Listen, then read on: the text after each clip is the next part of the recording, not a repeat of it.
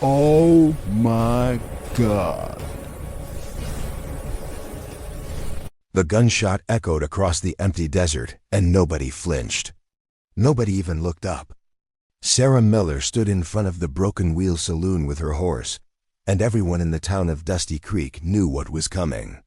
The horse's name was Copper, a beautiful reddish-brown animal with a white stripe down his face.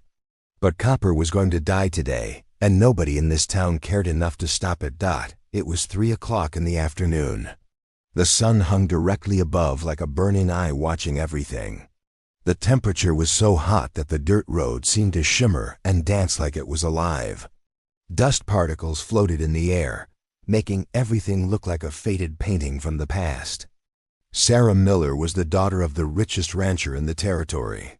Her father owned 5,000 acres, 200 cattle, and every important person in town.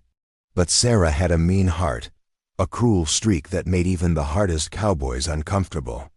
She was known for two things: her beautiful clothes and her terrible treatment of animals. Copper had belonged to old Jake, the stable keeper, for 12 years.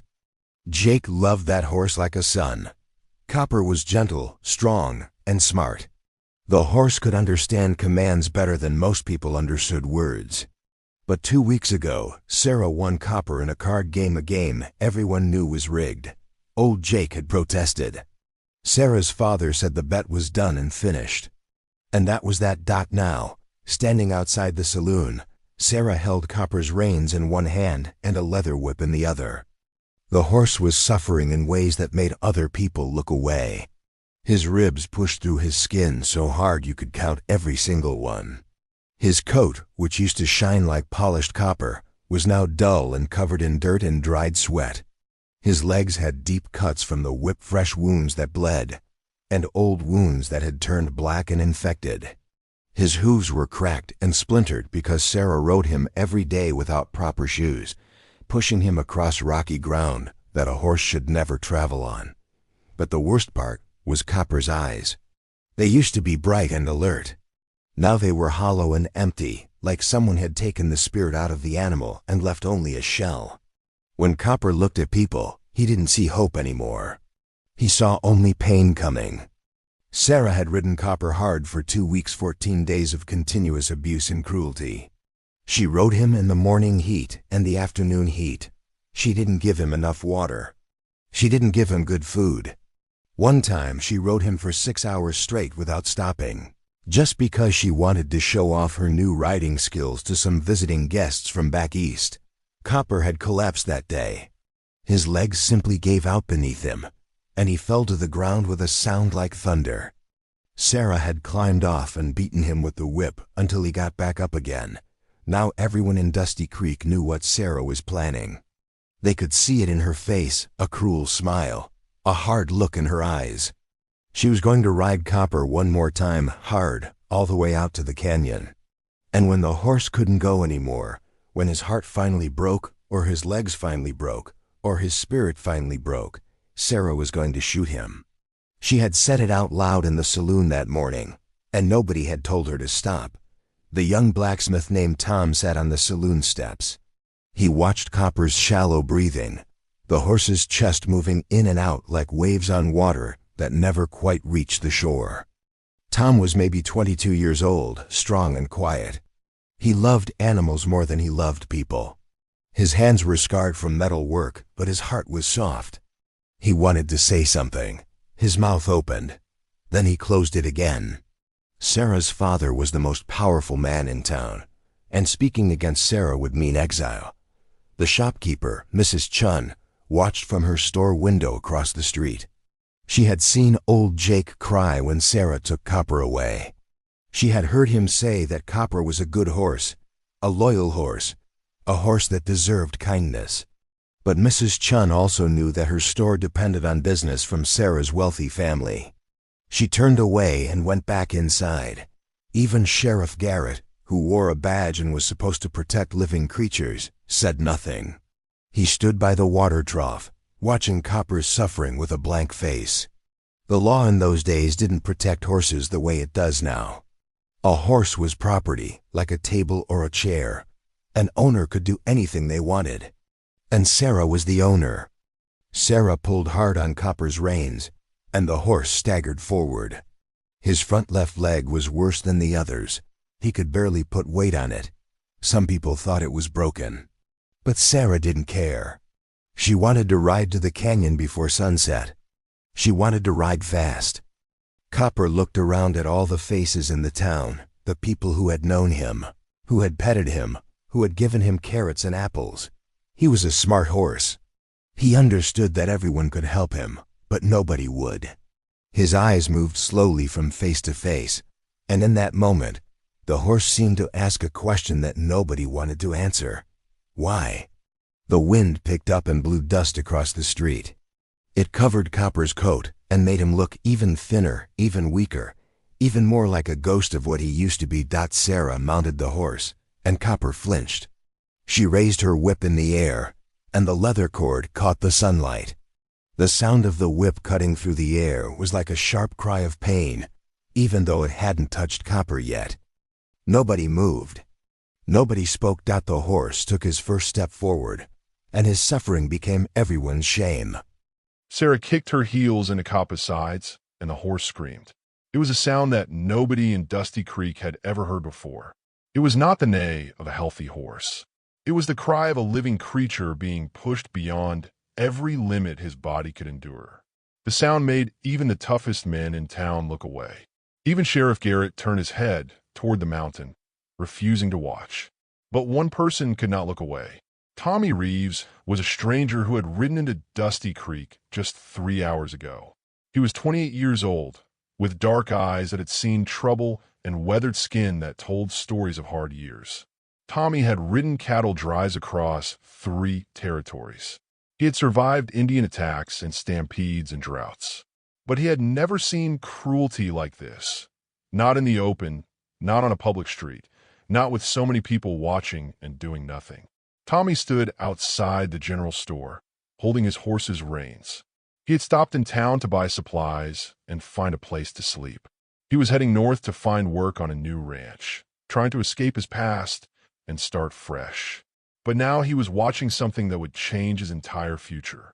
Copper's hooves hit the hard dirt road with a rhythm like a failing heartbeat. The horse was trying to run because Sarah was making him run. Her whip was raised in the air, and the leather was coming down again and again. Not with all her strength, but with enough force to hurt. Each strike landed on Copper's back and shoulders, leaving new red marks on top of old ones. The horse's legs were shaking so badly that Tommy thought the animal might collapse right there in the middle of the street. But Copper didn't collapse. Something deeper than pain kept him moving forward. It was fear. Sarah had beaten him so many times that his body now obeyed through pure terror rather than through any remaining strength. The temperature was still burning hot, but the wind had changed direction. It now blew from the south, carrying the smell of sand and heat and something else, something like death. Dark clouds were forming on the horizon, far away but moving closer. A storm was coming. Everyone in the desert knew the signs. Sarah didn't care about the storm. She had her mind fixed on one thing only, getting to the canyon and finishing what she had started with this horse. To Sarah, Copper was not an animal that deserved life and kindness. He was a possession, like a gun or a saddle. And when a possession no longer served its purpose, you got rid of it. That was the code she lived by, the code her father had taught her. Tommy watched Copper's face as the horse was being driven forward. The animal's tongue hung out of his mouth, dry and swollen. His breathing was fast and shallow, dangerous breathing, the kind that happens when a heart is working too hard. His one good, I was rolling backward, showing the whites. Copper was no longer running because he wanted to run. He was running because stopping might mean death, and somehow, in the horse's mind, moving forward was still survival. They disappeared down the main street, heading toward the desert road that led to the canyon. But Tommy didn't stop watching. He tied his horse to the post and walked to the edge of town, tracking Sarah and Copper as they grew smaller and smaller until they were just shapes in the distance, dancing in the heat shimmer above the earth. Tommy's hands were clenched into fists. His jaw was tight. He had seen many bad things in his life, and he had learned to accept cruelty as part of the world. That's what survival taught you. But something about watching this broken horse being dragged toward death felt different. It felt personal somehow. Old Jake appeared at the edge of the saloon, and Tommy saw tears running down the old man's weathered face. Jake was 67 years old, and his shoulders were bent like the weight of the world was pressing down on them. He had his hat in his hands, and he was turning it over and over, not knowing what else to do with his hands. That horse, Jake said quietly, speaking to nobody in particular, but hoping someone would hear him. That horse saved my life once. 12 years ago, I was thrown from saddle in a lightning storm. A mountain cat came after me. Copper stood between that cat and me. The cat went for the horse instead of me. Copper fought it off. He had scars for 2 years from that fight. Jake looked up at Tommy with eyes that were ancient and exhausted. He was a good horse, Jake whispered. The best horse I ever knew. Tommy nodded, but he didn't speak. Words seemed worthless in that moment. An hour passed. The clouds grew darker and closer. The wind picked up harder, and the temperature began to drop. The storm was definitely coming now. Tommy could feel electricity in the air, the feeling that came before lightning. He stood at the edge of town, staring at the road where Sarah and Copper had disappeared. Then in the distance there was thunder, but it wasn't real thunder. It was a gunshot. Tommy heard it clearly, carried on the desert wind all the way back to town. That sound meant only one thing. Copper was dead. Sarah had ridden him to exhaustion, pushed him beyond his limits, and when the horse finally broke, she had ended him with a single bullet to the head. Quick and practical, the way you would remove an unwanted tool. The gunshot echoed across the desert, and it seemed to echo forever. It echoed in the hearts of everyone who heard it. Even people who had pretended not to care, even people who had looked away, heard that gunshot and understood what it meant. They had all just watched a horse die, and they had done nothing. Tommy stood in the gathering darkness as the first drops of rain began to fall. Lightning flashed across the sky, turning everything white and terrible. The storm was arriving, and something inside Tommy Reeves was arriving too. A feeling he couldn't name yet, a feeling that would soon become a decision that would change everything. The rain fell hard and cold on Dusty Creek that night. It was the kind of rain that came after a long drought, the kind that should have brought joy to the parched desert. But tonight, the rain felt like tears falling from heaven itself, tears of grief for a horse that nobody had saved. Tommy Reeves sat in his small room at the boarding house. The room was simple, just a bed, a chair, a small table, and a window that looked out at the rain-soaked street below. He had been sitting there for 3 hours without moving. His hand held a glass of whiskey, but he hadn't drunk it. He was just holding it, staring at nothing. In his mind, over and over, Tommy could see Coppa's face in those last moments before Sarah rode away. He could hear the crack of the whip. He could feel the hopelessness that had come from the horse's eyes, the complete and total surrender to pain. Tommy had lived a hard life. He had done things he wasn't proud of. He had hurt people when he needed to survive. He had stolen and lied and run away from his responsibilities. But he had never killed something innocent just because he had the power to do it. That line between survival and cruelty was something Tommy had never crossed, even in his worst moments. Now he was thinking about that line and about how many people in Dusty Creek had crossed it without even hesitating. Around midnight, a knock came at his door. It was Mrs. Helen, the woman who ran the boarding house. She was 55 years old, with kind eyes and gray hair pulled back tight. She brought Tommy a plate of hot food and fresh coffee. "Eat something," she said simply. She didn't ask about the gunshot. Everyone in town had heard it. Everyone knew what it meant. "That horse belonged to Jake," Tommy said quietly. "The old man who works at the stable." Mrs. Helen sat down slowly on the chair near the window. Her face was sad in the way that comes from seeing too much suffering and being unable to stop it. "Jake raised that horse from a foal," Mrs. Helen said. "He bottle-fed it when the mother died. That horse was like a child to him." "Where is he now?" Tommy asked. "At the church. He's sitting in the back, just sitting there in the dark.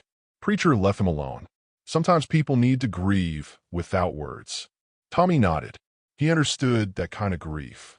He had felt it before. "Sarah Miller is cruel," Mrs. Helen continued. her voice becoming harder. But her father is worse. He teaches her that power is the only thing that matters, that money can't buy anything, including the right to hurt living creatures. That's what I believe, anyway. Why doesn't anyone stop her? Tommy asked. Mrs. Helen looked at him like he was a child who didn't understand how the world worked. Stop her? With what? Her father owns half this town. The sheriff takes money from him. The judge is his friend. And everyone else is too afraid or too tired or too busy with their own problems to care about one horse. She stood up and moved toward the door. That's how the world works here, Mr. Reeves. The strong do what they want, and the weak suffer. That's all there is. After she left, Tommy sat alone again. But something had shifted inside him. He was starting to understand that Mrs. Helen was right about one thing. Nothing would change unless someone made a change. And in a town where everyone else was looking away, that someone would have to be a stranger. The storm continued through the night.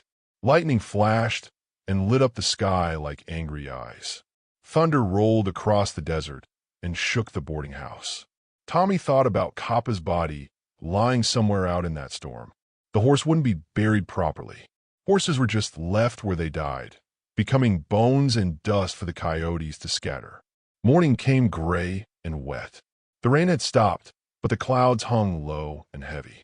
Tommy dressed, packed his few belongings, and went downstairs. But instead of leaving town and heading north like he had planned, he walked toward the livery stable.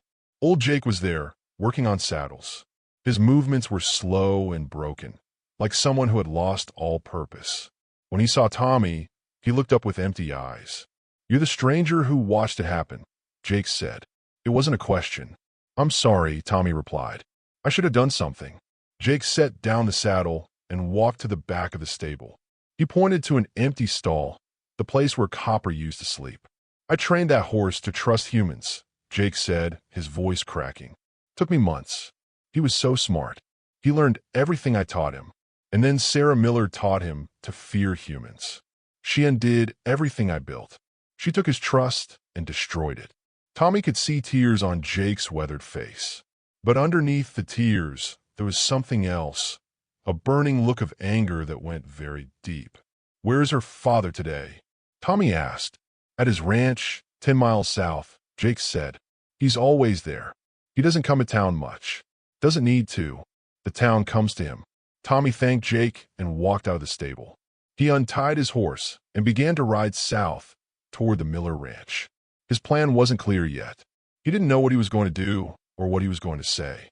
But he knew that something had to change, and it had to start now. The desert was still wet from the storm. Mud splashed up from his horse's hooves. The sky was beginning to clear, showing blue between the clouds. A new day was starting, but it felt like a day of reckoning instead of a day of peace. When Tommy was halfway to the Miller Ranch, he saw riders approaching from the distance. There were 3 of them, and they were riding hard. As they got closer, Tommy could see that one of them was Sarah Miller herself. She was laughing, talking loudly with the 2 men beside her. She looked happy. She looked completely unbothered by what she had done. Tommy pulled on his reins and stopped his horse. Sarah saw him and smiled a cruel smile. "It's the stranger," she called out. "Did you enjoy the show yesterday? That's what happens to horses who aren't worth keeping. We don't waste money on useless animals." Tommy said nothing, but his eyes met hers, and in that moment, Sarah Miller saw something that made her smile fade. She saw a man who was not going to look away. She saw a man who had made a decision, and she didn't like it one bit. Tommy pulled his horse directly in front of Sarah's path. The 3 riders stopped, dust rising around them like a cloud of anger. Sarah's smile turned into a frown, and her hand moved to the gun at her hip, not because she was afraid of Tommy, but because she was used to people getting out of her way when she wanted them to move. "Step aside, stranger," one of the men said. He was tall and wide, with a scar across his face and the look of someone who had hurt people for money. This was Buck Hardin, Sarah's father's foreman. He was known for doing anything the Miller family wanted, no matter how cruel or wrong it was. "No," Tommy said simply.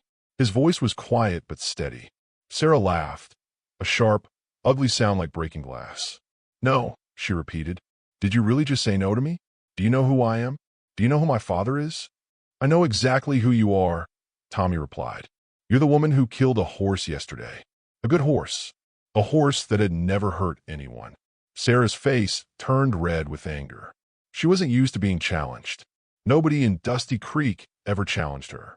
Nobody dared. That was my horse, Sarah said, her voice becoming hard and dangerous. I owned it. I could do whatever I wanted with it. That's the law in this territory. What I own, I can destroy. That's not law, Tommy said. That's just cruelty hiding behind power. Buck Harden moved his hand closer to his gun. But Tommy was faster. He didn't pull his weapon. He just made it clear that he could. Buck stopped moving. You need to leave this town, Sarah hissed. Right now. Get on your horse and ride away, or I'll make sure my father destroys you. He has done it to better men than you. Maybe, Tommy said. But first, I'm going to talk to your father. I'm going to tell him what you did. And I'm going to make sure that everyone in this territory knows about it too. Sarah's eyes went cold. She understood that Tommy was a threat now, not because he had a gun, but because he was willing to speak the truth out loud. In a place where everyone stayed silent, one voice telling the truth could be more dangerous than a dozen guns. My father won't listen to you, she said. And when he's done with you, you'll wish you never came to Dusty Creek. But as she said it, Tommy could see fear in her eyes. Fear that her father might believe him. Fear that power might not be enough to protect her anymore. Tommy rode past them and continued toward the Miller Ranch. Behind him, he could hear Sarah shouting at Buck and the other man. He heard her say, "Follow him. Stop him before he reaches my father." But Tommy was riding fast now, and his horse was fresh and strong. The two men chasing him were on tired horses. Tommy knew the desert better than they did. He had ridden these kinds of lands for years. He took his horse off the main road and into the rocky foothills, losing them in the maze of canyons and passes. By afternoon, Tommy reached the Miller Ranch. It was enormous, a sprawling collection of buildings spread across hundreds of acres. Cattle dotted the pastures. Barns stood tall and sturdy. Everything about the place screamed wealth and power. Thomas Miller Sr. was sitting on his front porch when Tommy rode up. He was 60 years old, with white hair and a face that looked carved from stone. He had a cigar in his mouth and a cold drink in his hand. Two armed men stood nearby, guards probably hired to protect him from people who might seek revenge for his business practices. "You're the stranger," Thomas Miller said without emotion. "Sarah told me about you. She said you had some foolish ideas about a horse." "Your daughter killed a horse yesterday," Tommy said, not dismounting from his horse. "She beat it until it couldn't stand anymore. Then she shot it, in front of the whole town. Nobody stopped her because they were all afraid of you." Thomas Miller took a long draw on his cigar. He studied Tommy like he was studying an insect that had landed on his hand, something interesting but ultimately worthless. "That horse was Sarah's property," Thomas Miller said calmly. "She bought it in a card game. What she does with her property is her business, not the town's, not yours." "The horse was innocent," Tommy said. "It had done nothing to deserve that pain." "And," Thomas Miller asked, "what does that matter?" There was something about that question that made Tommy understand the situation completely. Thomas Miller genuinely didn't see the problem. To him, cruelty wasn't wrong. It was just how power worked. The strong did what they wanted. The weak suffered. And anyone who got in the way deserved what happened to them. "It matters because I'm not going to stay quiet," Tommy said. "I'm going to go back to town. I'm going to tell everyone what I saw. And I'm going to make sure that everyone knows Sarah did it. I'm going to make sure that when she walks down the street, people look at her and see a killer of innocent creatures. I'm going to destroy her reputation in this territory." Thomas Miller stood up slowly, his cold eyes fixed on Tommy like a predator watching prey. "You're going to do that?" he asked softly. "You really think that you, a stranger with nothing, can stand against me?" "I think," Tommy said, "that you've been powerful for so long that you've forgotten something important. You've forgotten that people remember cruelty. You've forgotten that one brave person speaking the truth can change everything. And you've forgotten that there are more people who hate you than people who fear you. You just haven't realized it yet." Before Thomas Miller could respond, Tommy heard horse hooves approaching fast. He turned to see old Jake riding hard, leading a group of people behind him. There was Mrs. Chun from a store. There was Tom, the blacksmith. There was the preacher. There were at least 20 people from Dusty Creek, all riding toward the Miller Ranch. Thomas Miller's face turned pale. He hadn't expected this. He had assumed that nobody would dare defy him. But Tommy had changed something in the town. Tommy had shown people that silence was a choice, not a requirement. "What is this?" Thomas Miller demanded, his voice becoming uncertain for the first time. "Justice," Tommy said quietly. "It's finally starting." The people of Dusty Creek stood in front of the Miller Ranch like an army that had finally decided to fight back. Old Jake sat tall on his horse, his face hard and determined. Mrs. Chun held a piece of paper in her hand, a letter signed by 17 people describing what they had seen. Tom the blacksmith stood beside Jake, his muscular arms crossed over his chest. The preacher stood in the middle, and his presence there meant that even the church had decided to take a stand. Thomas Miller looked at the crowd, and for the first time in his life, he understood what fear felt like. His guards looked nervous. They had been hired to protect him from individual threats, not from an entire town united against him. "What do you people want?" Thomas Miller demanded, but his voice had lost its authority. It sounded thin and desperate now. "We want justice," Jake said, his voice steady and strong. "For copper. For every animal that you and your daughter have hurt. For every person in this town that you've intimidated and controlled." Mrs. Chun stepped forward and held up her letter. "We're sending this to the territorial governor," she said. "We're documenting what Sarah did. We're documenting your business practices. We're documenting how you've used fear and money to control this town for 20 years. Tommy watched Thomas Miller's face as he realized the truth. Money and power weren't enough anymore. In that moment, the entire balance of power in Dusty Creek shifted. The town had found its voice, and it was speaking louder than his guns and his gold. "You're all fools," Thomas Miller spat out. "The governor won't care about a horse. The law doesn't protect animals. It protects property owners like me." "Maybe not," Tommy said, stepping forward. "But the law does care about fraud. It cares about intimidation. It cares about a man who rigged a card game so his daughter could steal a horse. And it cares about cruelty, even if that cruelty is toward an animal." For 3 hours, the town and the Millers stood facing each other. Sheriff Garrett finally arrived, and to everyone's surprise, he came down on the side of the town. He had been afraid of Thomas Miller for years, but fear could only last so long. When he saw his entire community united against cruelty, something inside him broke free. "I'm going to investigate the card game," the sheriff said to Thomas Miller. "And if I find fraud, I'm going to arrest your daughter." Sarah, who had been standing inside the house watching, came running out onto the porch. Her face was white with panic. "You can't arrest me," she screamed. "My father owns this territory." "Not anymore," the sheriff said quietly. "Not after today." The next morning, a telegram arrived from the territorial governor's office. The governor had decided to send an investigator to Dusty Creek to look into the allegations. The news spread through town like wildfire. People who had been afraid suddenly weren't afraid anymore. They started talking about all the ways Thomas Miller had hurt them over the years. Unfair business deals, stolen land, broken promises, intimidation. Sarah Miller was arrested 3 days later. She was taken to the county courthouse to face charges of fraud related to the card game. The case took 2 months, but in the end, the judge ruled that the game had been rigged. Sarah was ordered to pay back everything she had won, and she lost the right to own property in 3 territories. More importantly, the judge made a statement from the bench. Cruelty to animals is a reflection of cruelty in the human heart. This court recognizes that this young woman showed a pattern of deliberate and unnecessary cruelty to a defenseless creature. This behavior indicates a dangerous character flaw that will likely harm others in the future. That statement, those words spoken in a court of law, changed everything. It meant that cruelty to animals was now being taken seriously. It meant that people could speak up without being silenced.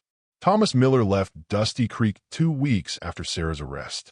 He couldn't face the shame anymore. He sold his ranch to a gentleman named William Hayes, who believed in treating animals with respect. Thomas Miller moved to another territory, far away, where nobody knew his name or his history. 6 months later, a memorial was built in Dusty Creek. Not a grand monument, but something simple and beautiful. It was a small stone marker placed in the town square with words carved into it. Copper, a good horse, remembered by a good town. On the day the memorial was dedicated, the entire town came. Old Jake stood in front of it with tears streaming down his weathered face. He spoke to the crowd, his voice shaking with emotion. "This horse taught us something important," Jake said. "He taught us that speaking up matters. He taught us that one person can make a difference." Copper couldn't speak for himself, so we had to speak for him. And in speaking for him, we found our own voices. Tommy Reeves stayed in Dusty Creek. He took a job working at the new ranch with William Hayes. He helped care for the animals there with gentleness and respect. He taught the ranch hands how to treat horses with patience instead of cruelty. He became known as a man who understood animals, who could calm a frightened horse with just a few words and a gentle touch.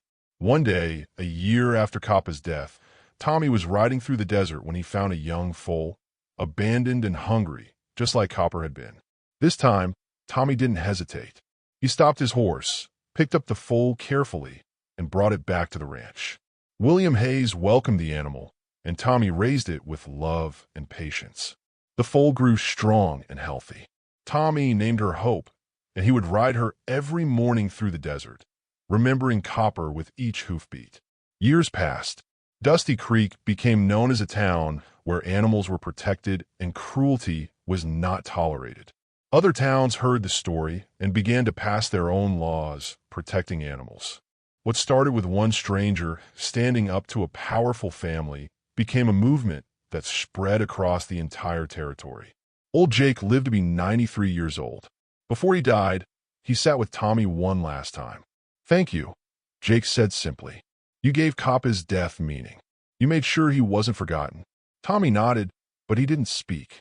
Some moments don't need words. After Jake passed away, Tommy visited Coppa's memorial stone every single week for the rest of his life. He would stand there and remember a horse who had taught a town that silence was a choice, and that speaking for the innocent was the most important choice anyone could make. And in Dusty Creek, whenever children asked what happened in the old days, the story that was told was not about power or money or guns. It was the story of one forgotten horse, one brave stranger, an entire town that finally found the courage to say no to cruelty. It was the story of justice, the kind of justice that comes from the heart, not from laws or guns, but from the simple human decision that enough is enough and that some things are worth fighting for. The end.